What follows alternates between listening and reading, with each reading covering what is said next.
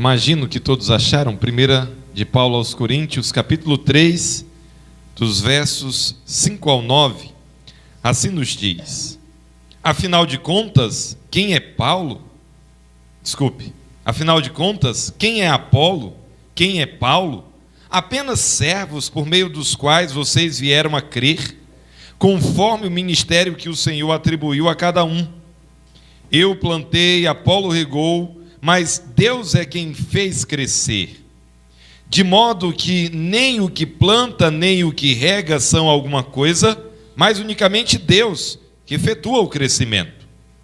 O que planta e o que rega tem um só propósito, e cada um será recompensado de acordo com o seu próprio trabalho, pois nós somos cooperadores de Deus, vocês são lavoura de Deus e edifício de Deus. Mais uma vez vamos orar, irmãos. Nosso Deus, queremos com muita alegria exaltar o Teu nome, exaltar a Tua glória.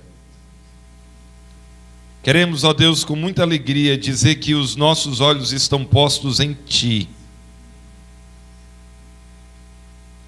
aquele que existe desde toda a eternidade, aquele que fez todas as coisas nos céus, nos ares, nos mares, aquele que reina sem pedir conselhos, porque não há ninguém que seja paralelo a Ele no universo, aquele que domina sobre tudo e sobre todos, porque é o Senhor de todo o universo. Ó Deus, seja exaltado o Teu nome. Ó Deus, seja magnificada a Tua glória. Ó Deus, que seja o Senhor amado por nós, que seja, ó Deus, o Teu nome louvado fervorosamente entre nós, que haja, ó Deus, uma paixão pela exaltação do Teu nome brotando em nossos corações a cada dia, porque Tu és digno, ó Deus, dessa adoração, desse louvor.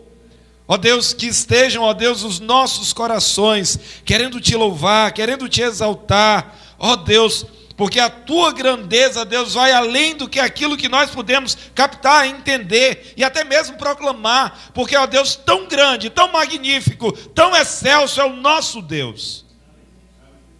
Ó Senhor, esteja, Deus, despertando nós, a Tua igreja. Ó Deus, que a frieza seja apenas externa, que a temperatura baixa, ó Deus, seja apenas no nosso exterior, ó Deus, que o nosso coração tenha, ó Deus, profunda alegria, que haja um fervor, ó Deus, dentro de nós, exaltando aquele único que é digno de toda honra, glória e louvor. Ó Deus, nós queremos, Pai Celeste, colocar em Tuas mãos o texto bíblico, a passagem que nós já agora lemos. Nós Te pedimos, Deus Santo, Deus Trino, que traga sobre nós iluminação, ó Espírito Santo de Deus, esse ministério de clarificar a Tua palavra, para que nós venhamos compreendê-la. Ó Deus, se há entre nós algum homem natural que hoje à noite saia desse lugar como homem espiritual, homem vivificado, homem habitado pelo Espírito Santo de Deus. Senhor Deus, essa obra não está ao nosso alcance, mas, ó Deus, nós sabemos pela Tua palavra que essa obra acontece enquanto a Tua palavra é proclamada. Nosso Deus, nós imploramos por almas hoje à noite, e nós imploramos pela edificação da Tua igreja e ainda mais pela glorificação do Teu nome. Te damos graças, Te suplicamos essas coisas no nome de Jesus, a quem nós muito amamos. Amém. Queiram sentar, queridos.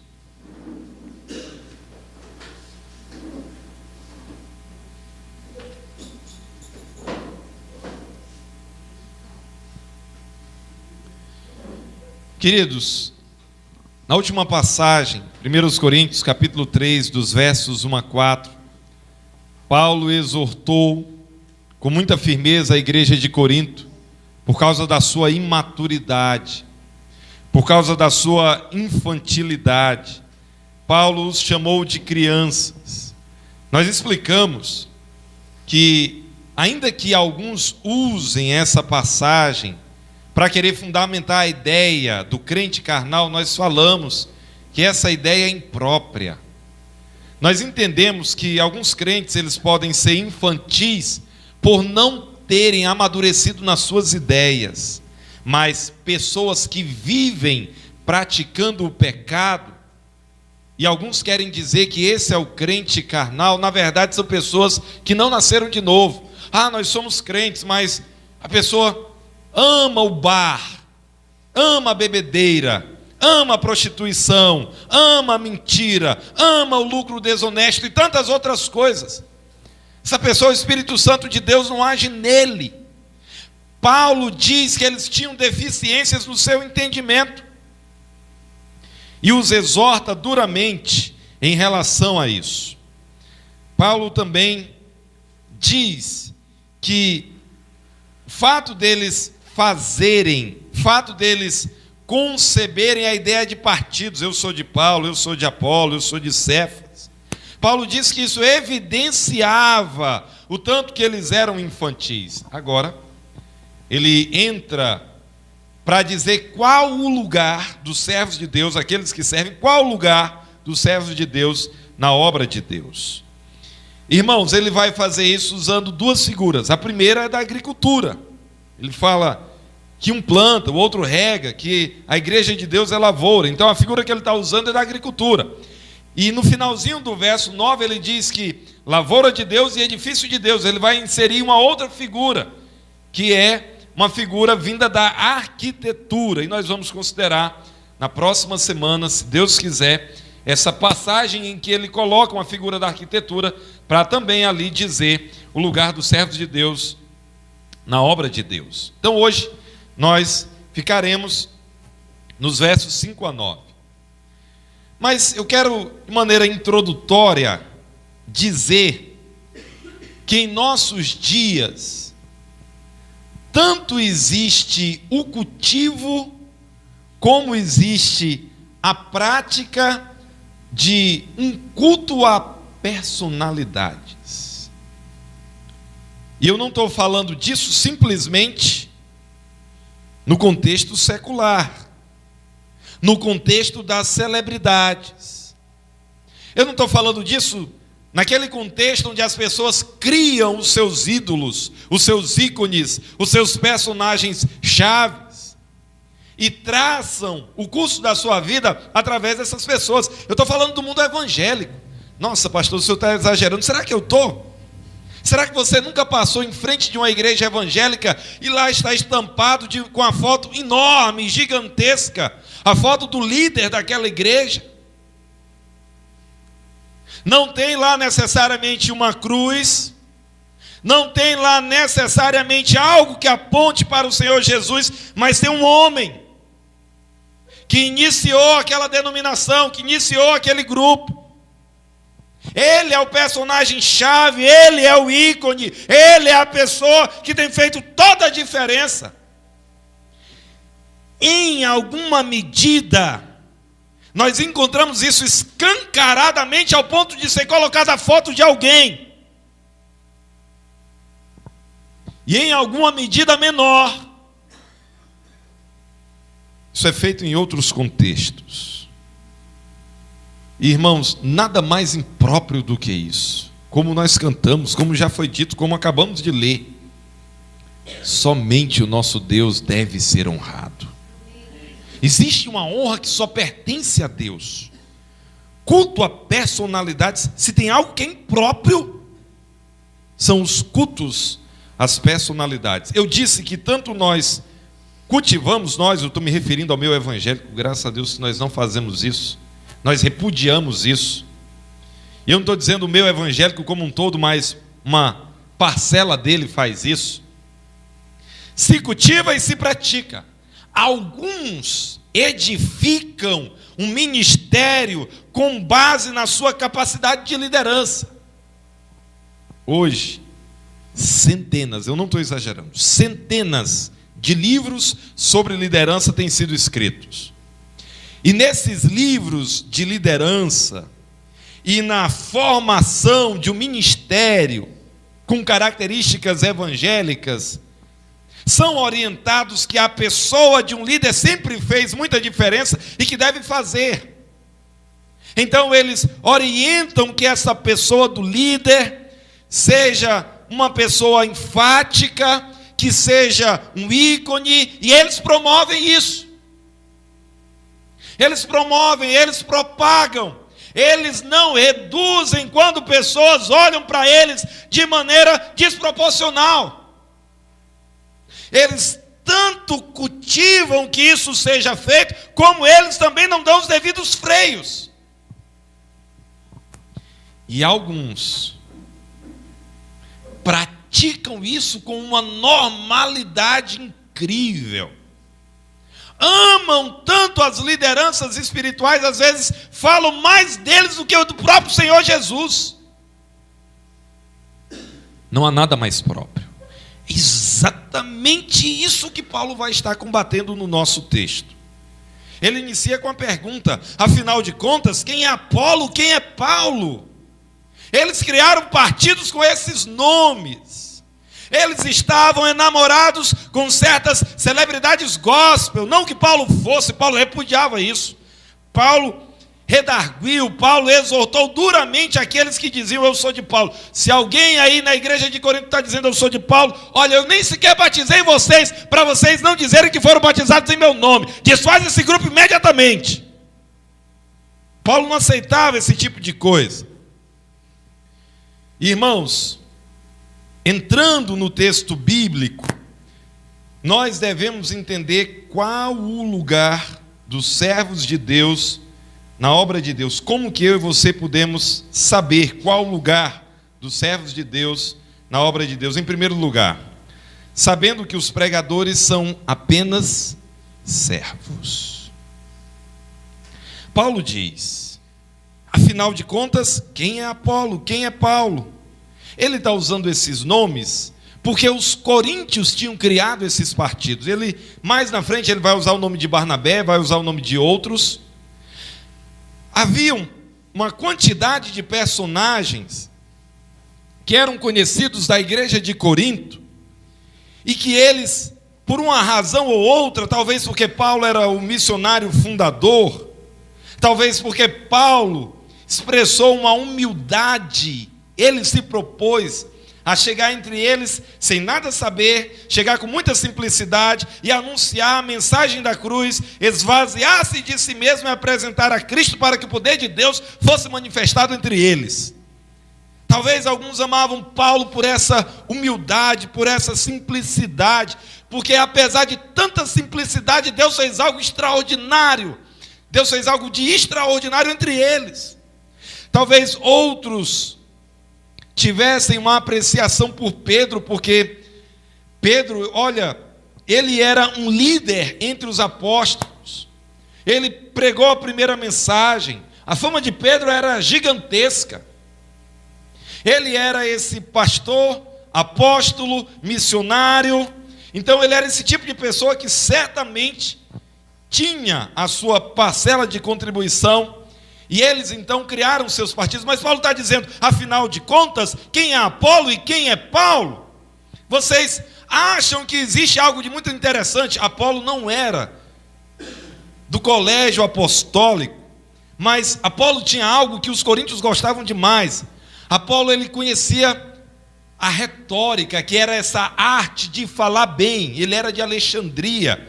Ele estava familiarizado com os principais filósofos. Ele tinha estudado em boas escolas. Ele impressionava pelo seu modo de falar. Ele tinha uma linha de raciocínio que ele, na sinagoga, ele calava os judeus com seus argumentos. Atos 18 nos fala um pouco do ministério da pessoa de Apolo.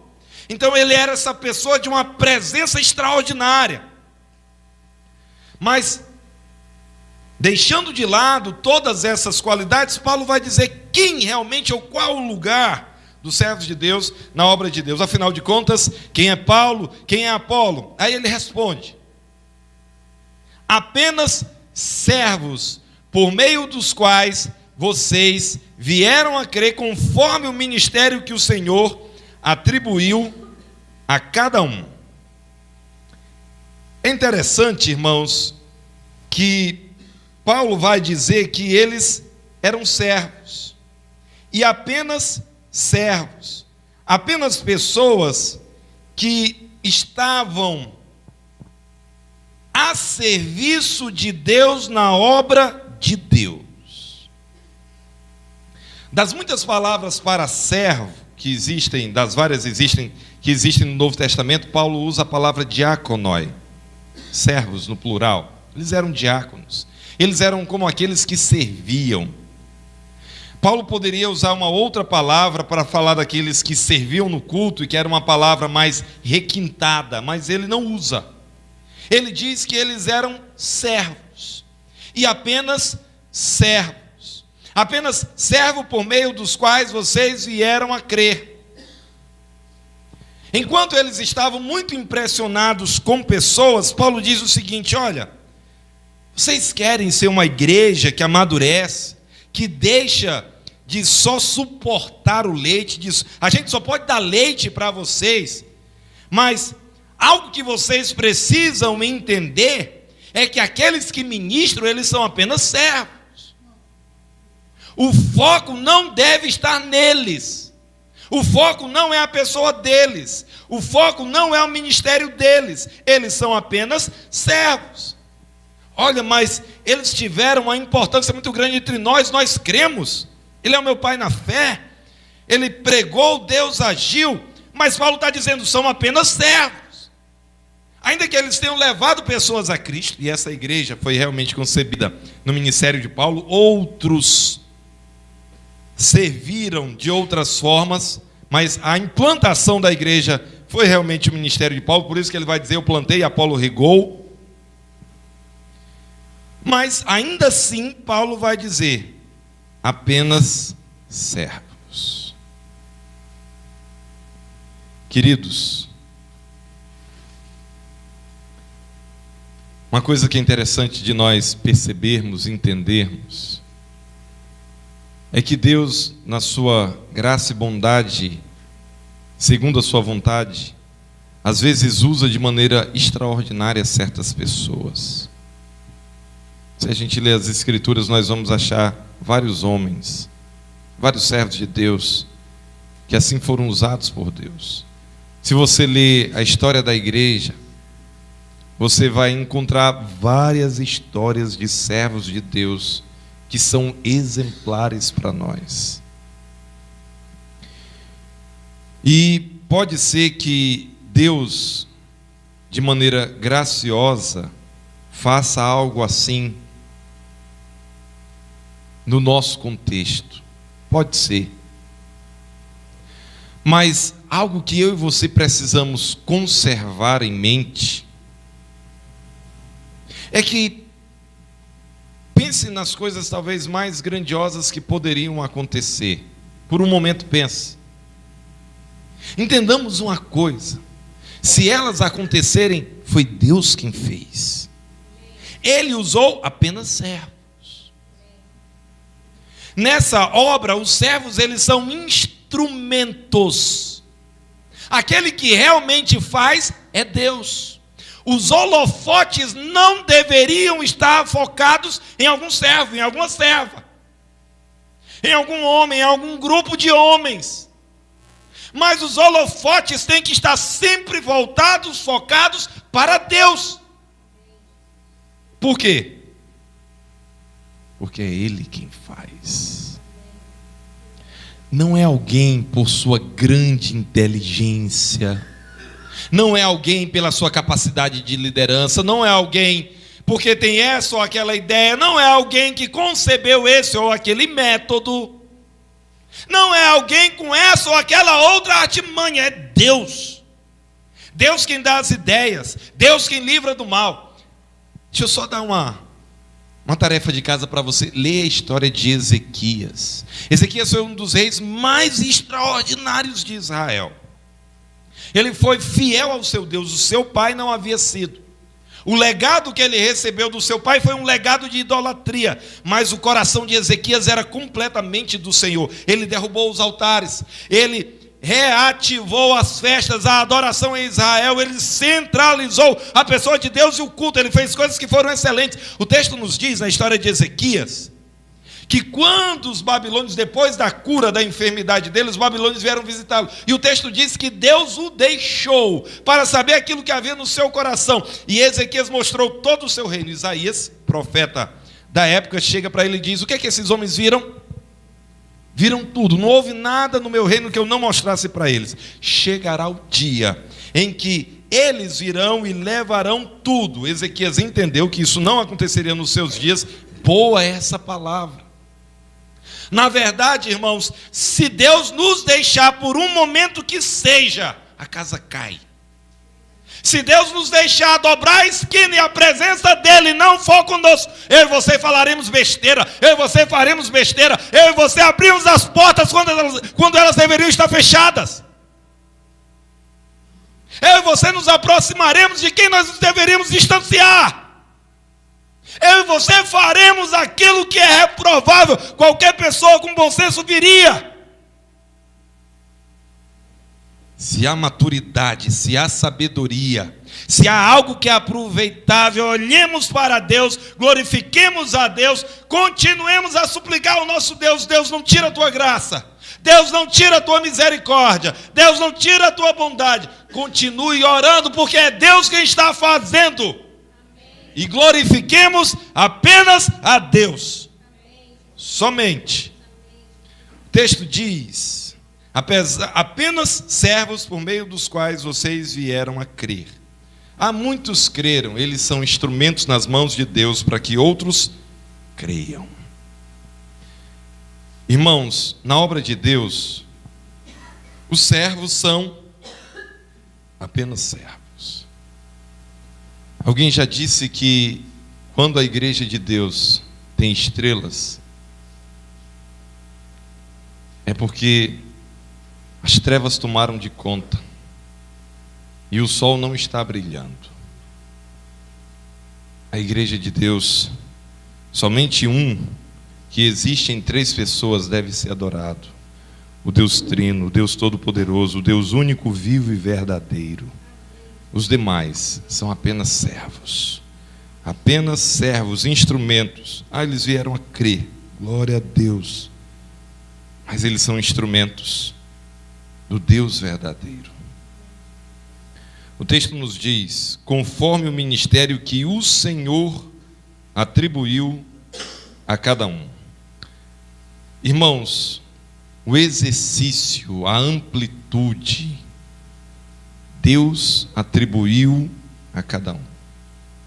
Eu particularmente, eu tenho alguns autores que eu tenho preferência por eles. Leio os seus livros. Eles têm, com a graça de Deus, se mantido de pé. E os seus livros são produções excelentes.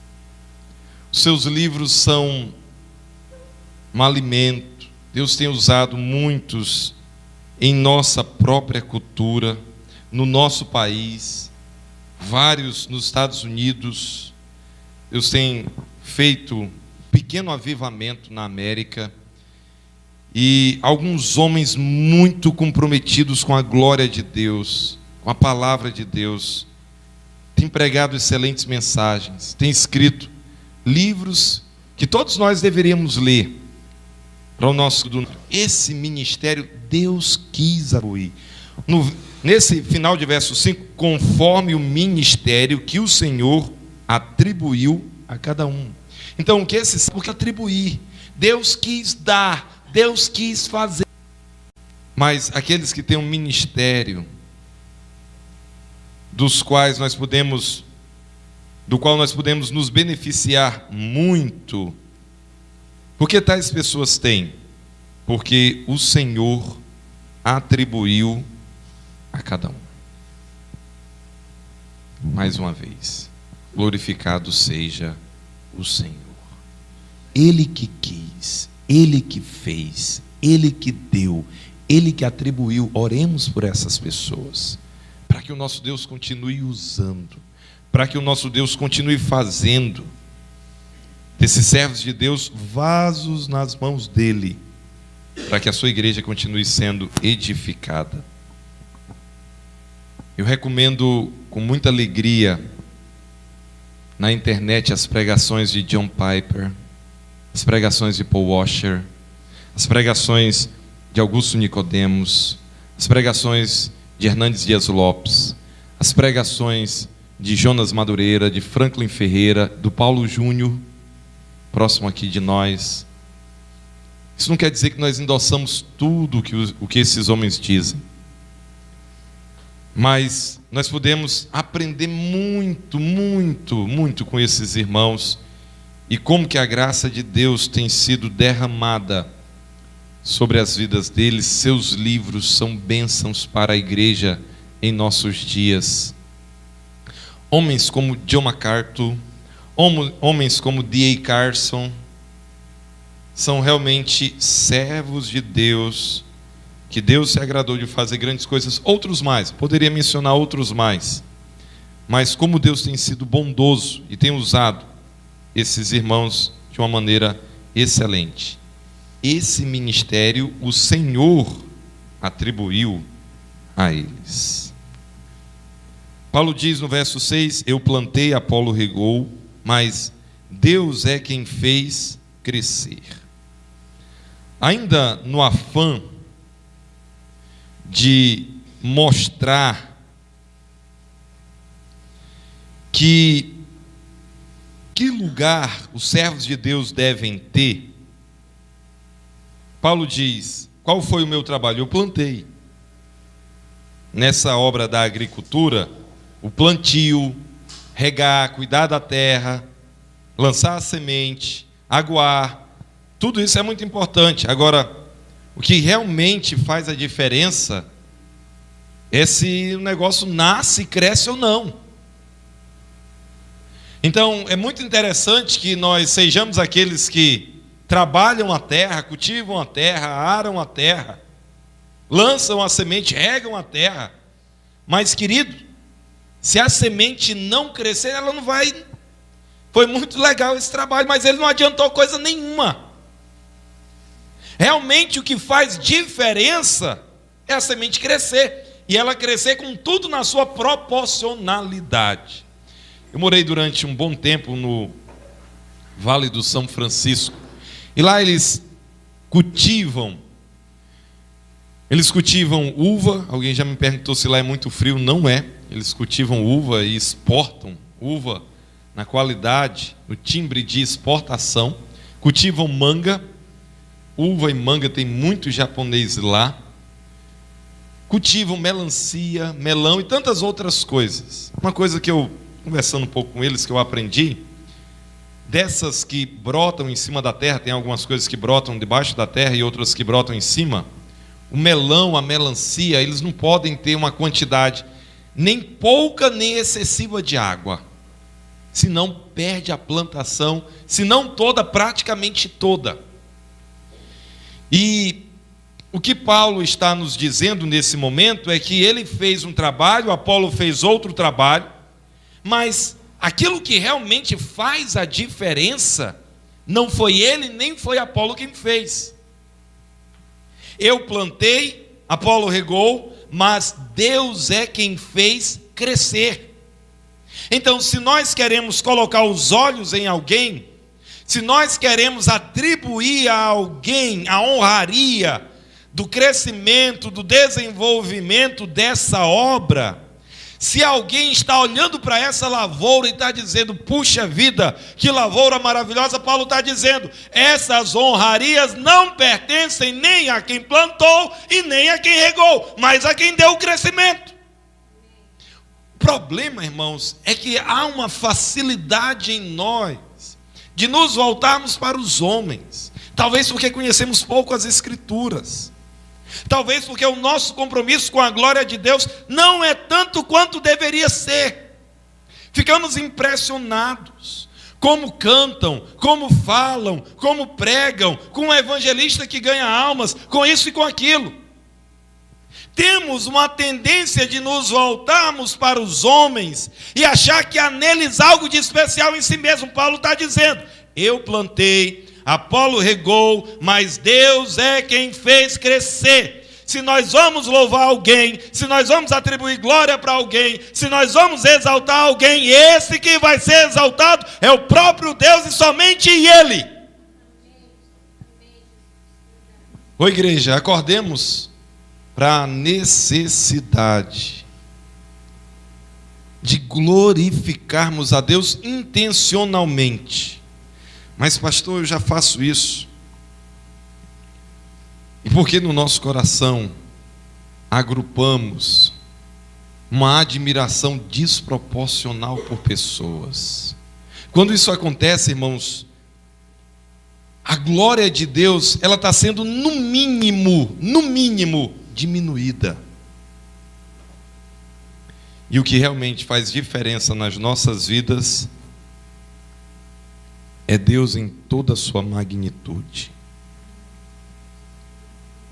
Deixa eu lhe falar de um crente amadurecido e de um crente infantil. Como que esse servo de Deus lida com a glória de Deus? Qual é o nível da paixão desse servo de Deus pela glória de Deus? Até que ponto o próprio Deus está entronizado? Na teologia, todos nós temos uma teologia boa ou má. Na teologia desse servo de Deus, qual é o lugar de Deus? O problema é que às vezes somos exagerados. O problema é que às vezes somos desproporcionais. O problema é que às vezes nós damos um lugar aos homens que não pertence aos homens. Tem um lugar que pertence aos homens. É o lugar do servo, é o lugar do instrumento, é o lugar daquele a quem Deus usa. Mas o lugar da glorificação, da entronização, o lugar das honrarias, o lugar do reconhecimento, quando nós queremos atribuir algo de bom que está sendo feito, tem que ser a Deus. Paulo vai dizer no capítulo 4 de 2 aos Coríntios que nós somos apenas vasos de barro. Um tesouro foi derramado nesse vaso, mas nós somos vasos de barro. O que é valioso é o tesouro que foi derramado nele. Qual é o nosso compromisso com a glória de Deus, meu querido? E aqui eu te digo que se na sua leitura das Escrituras, você lê as Escrituras e insistentemente enxerga um Deus exaltado, um Deus soberano, um Deus que não pede conselhos, um Deus que não há ninguém que se compare a Ele no universo, um Deus que não tem paralelos, um Deus que é Senhor absoluto. Muitas pessoas imaginam o universo dividido ao meio, de um lado Deus, seus anjos, do outro Satanás e os seus demônios, e uma guerra de frente a frente. Que concepção mais infantil, esdrúxula da pessoa de Deus. O universo não é dividido assim, o universo é dividido assim. Assim está Deus exaltado, não há ninguém igual a Ele abaixo, todas as outras coisas e pessoas. Somente Ele é Deus, somente Ele é Senhor. Se a nossa teologia não concebe a divisão do universo em termos horizontais, não em termos verticais, mas em termos horizontais, que teologia débil, que Deus pequeno é o céu. O nosso Deus, Ele é Senhor de tudo e de todos. Ele tem um plano eterno. Ele conduz cada coisa segundo o conselho da sua vontade. Ele tem uma vontade diretiva e uma vontade permissiva. Ele permite certas coisas. Mas Ele é o Senhor e somente Ele. Se Ele é assim, tão grande, tão majestoso, tão único, tão exclusivo, somente a Ele deve ser dada toda a glória. Irmãos, a nossa maturidade ou a nossa infantilidade orbita gigantescamente ao redor dessas coisas. E às vezes queremos dividir a glória que é de Deus com os homens, que poderia ser mais impróprio. O apóstolo ainda continua nos dizendo: de modo que nem o que planta, nem o que rega são alguma coisa. Paulo está dizendo: se vocês estiverem olhando para o que planta ou para o que rega, vocês estão olhando para a pessoa errada. Eles não são coisa alguma, nós não somos coisa alguma. Se vocês querem atribuir importância, se vocês querem atribuir valor desproporcional aos homens, vocês estão olhando para a pessoa errada, porque eles não são coisa alguma, de modo que, assim que, nem o que planta, nem o que exerce essa atividade de plantar, nem o que rega, nem aquele que deu continuidade a essa obra, ele diz: eu plantei, ele lançou a semente. Apolo, uma vez que a semente já tinha nascido, ele regou, mas foi Deus quem deu o crescimento. Nem o que planta, nem o que rega são alguma coisa, mas unicamente Deus que efetua o crescimento. Igreja, na obra de Deus, só Deus deve ser exaltado. Essa lição é para ser para hoje, para amanhã, para a próxima semana, para o próximo mês, para todo o restante da nossa existência. Porque esse é o lugar dos servos de Deus e esse é o lugar do próprio Deus.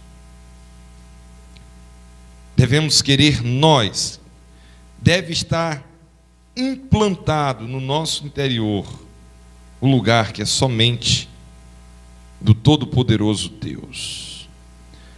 Agora, de repente podemos pensar: nossa, então esses servos, eles são apenas servos, e são. Mas há algo que é para esses servos que o próprio Deus vai fazer. O verso 8 nos diz: o que planta e o que rega tem um só propósito. Um pouco difícil a tradução dessa frase. Literalmente, no original, o que planta e o que rega são um. Essa é a ideia. Tem um só propósito. Ou eles têm eles estão em um alvo. E ele diz: e cada um será recompensado de acordo com o seu próprio trabalho. Então o texto nos diz que há algum tipo de recompensa para aqueles que trabalham, são servos. Mas o próprio Deus disse que haveria de recompensá-los. Paulo ainda vai falar sobre isso mais para frente. O fato é, irmãos, que eles são servos, todos os que servem nessa obra, nessa lavoura, nessa plantação, eles são servos, e eles são apenas servos, e apenas Deus é quem deve ter esse reconhecimento diferenciado. Mas há algo que Deus disse que daria para esses homens, que Deus recompensaria. Então tem algo que Deus vai dar? Tem. Nós não temos total certeza do que vem, existem algumas possibilidades de interpretação acerca disso, mas Deus disse que faria. Mas é algo que Deus, na sua vontade, fará certamente. Não são as honras, não são os reconhecimentos. Irmãos, não é que seja errado reconhecermos o quanto que Deus tem sido bom através de uma pessoa, através de uma vida. Tem pessoas que são assim uma grande bênção. Eu tive 4 anos no seminário. Deus usou a igreja que eu era membro, e Deus usou algumas famílias que espontaneamente me procuraram. E eu tenho um senso de gratidão a essas famílias até hoje. Eles foram pessoas excelentes. Muitas vezes fizeram mais do que o que se propuseram fazer. Um desses irmãos, ele nos ajudava com R$600 por mês. Isso nos anos de 2002 a 2005. Já era bastante naquela época. Teve um depósito que ele fez errado. Em vez de colocar R$600, ele colocou $600. Naquela época multiplicava-se por um pouco mais do que 3. Deus fez coisas excelentes. Nós temos uma gratidão no coração. Mas nós sabemos, Foi Deus quem usou eles. Foi Deus quem inclinou o coração deles. Foi Deus quem motivou eles. Foi Deus quem deu os recursos para eles. A nossa gratidão no nosso coração está, e nós já externamos isso para essas pessoas, de maneira comedida, de maneira que em todo o tempo nós reconhecemos que foi a graça de Deus operando na vida deles, para que o lugar que é de Deus continue sendo de Deus, e o lugar que é dos servos continue sendo dos servos. Há uma recompensa para os servos, o texto nos diz.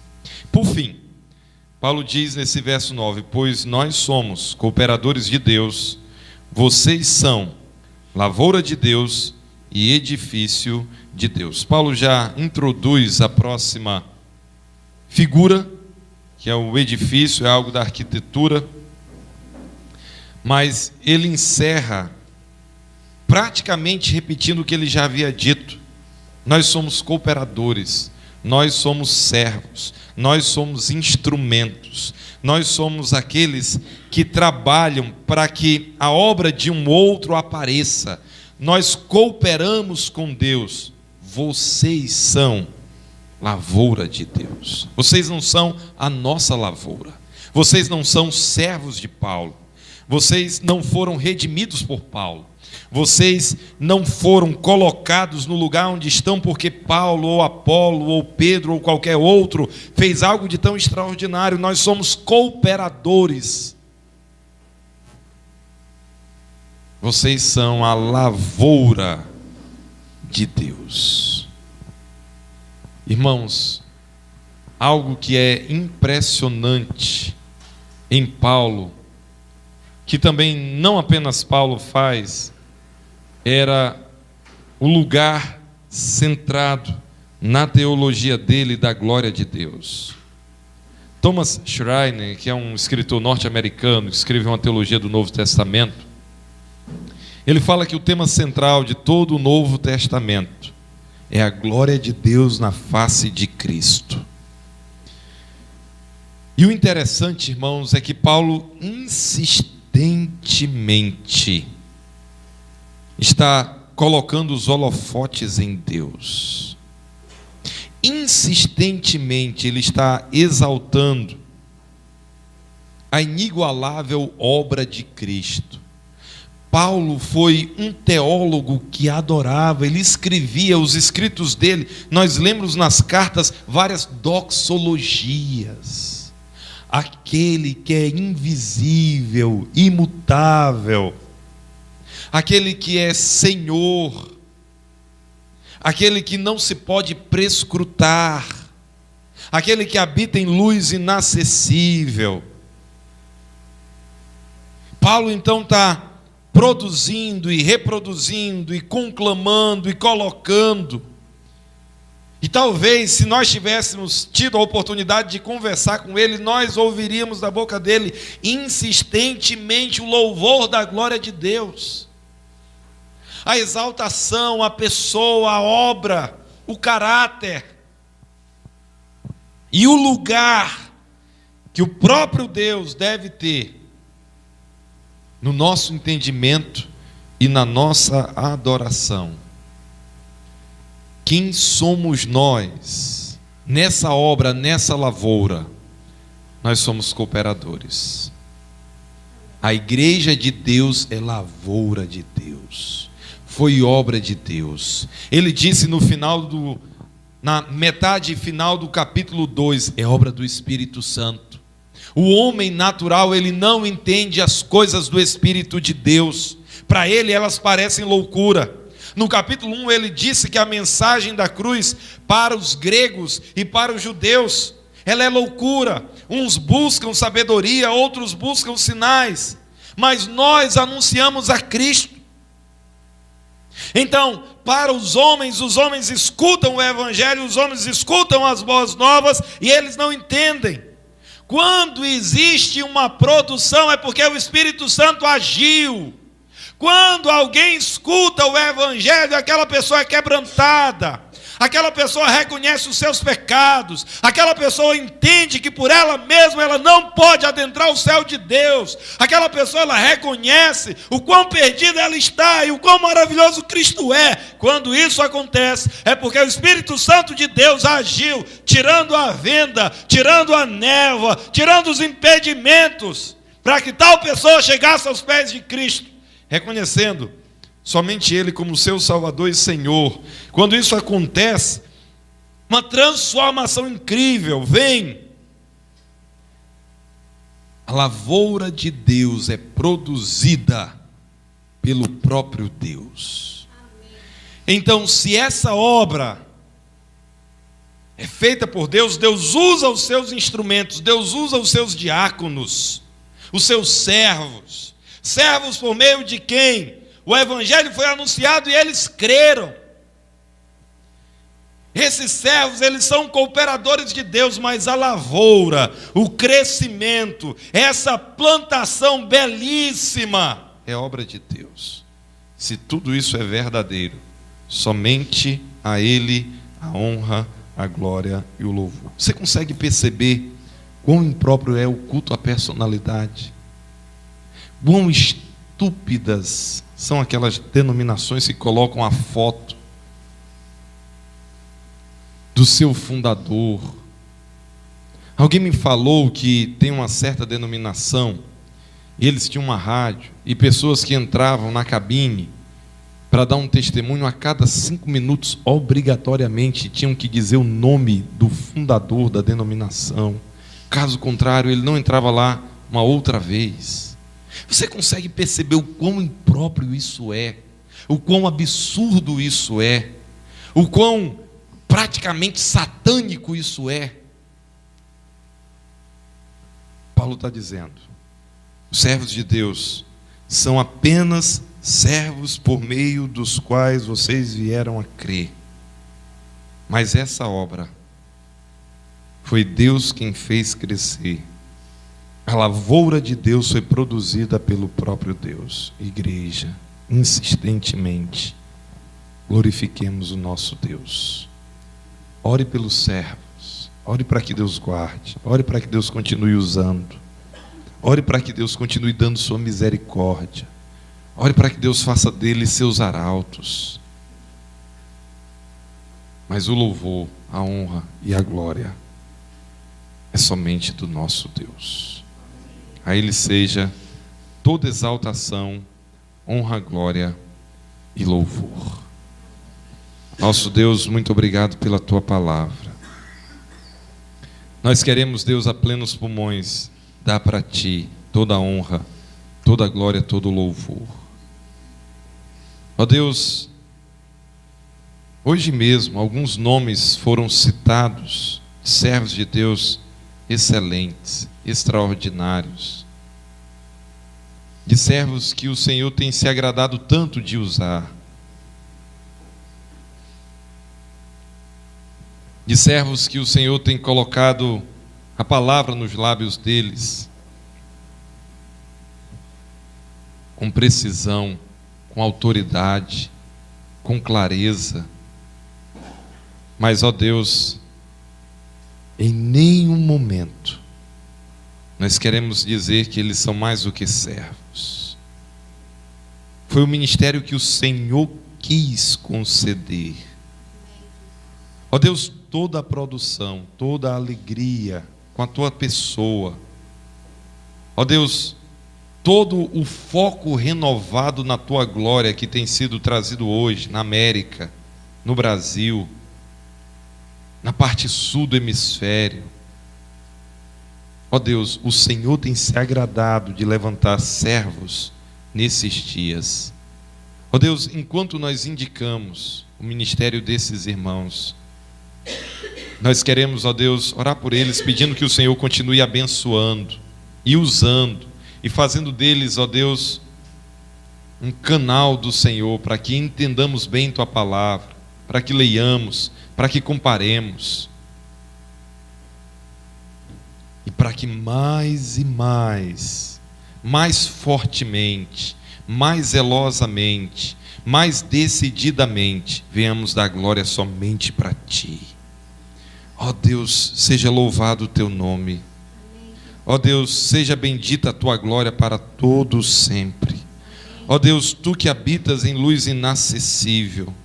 Ó Deus, Tu que criaste todas as coisas e reina absoluto, tremendo, soberano. Não há outro, ó Deus, que seja comparado a Ti. Ó Deus, é a Ti que nós damos o nosso louvor. É a Ti que nós damos, ó Deus, toda a glória. Ó Deus, o nosso reconhecimento é que o Senhor, de maneira tão maravilhosa e tão sobrenatural, tem feito boas coisas em nossos dias, através de servos do Senhor. Faz mais, Deus, opera mais. Ó Deus, traz mais perdidos aos pés da cruz. Ó Deus, usa o ministério dessa igreja, Deus. Usa, Pai Celestial, ó Deus, faz essa obra aflorar. Faz, ó Deus, essa obra ser expandida. Ó Deus, e se em algum dia algo, ó Deus, dessa natureza acontecer, que todas as bocas venham dar glória somente ao Senhor. Somente para Ti, Deus. Salva muitas almas nessa cidade, Pai. Salva os nossos parentes. Ó Deus, visita, Deus, os becos, as bocas. Ó Deus, visita, Deus, as casas de prostituição. Senhor meu Deus, visita, Deus, aquele que é justo aos seus próprios olhos. Senhor meu Deus, cada família dessa cidade, as autoridades dessa cidade. Ó Deus, salva a nossa cidade. Use-nos, ó Deus, como instrumentos em Tuas mãos. Ó Deus, enche-nos do Teu Espírito, como Tu encheste, ó Deus, os Teus servos nos primeiros dias da Tua igreja. E Senhor Deus, dá para nós, ó Deus, o amor, o zelo de pregar a Tua palavra. E que a cada alma convertida, que a cada alma edificada, que quando nós contemplarmos a lavoura do Senhor, nós venhamos dizer, é lavoura de Deus. Honra, glória e louvor, hoje para todos sempre, sejam dados somente ao Senhor. Te damos graças, Deus, e suplicamos essas coisas, no nome do Senhor Jesus, a quem nós muito amamos. Amém.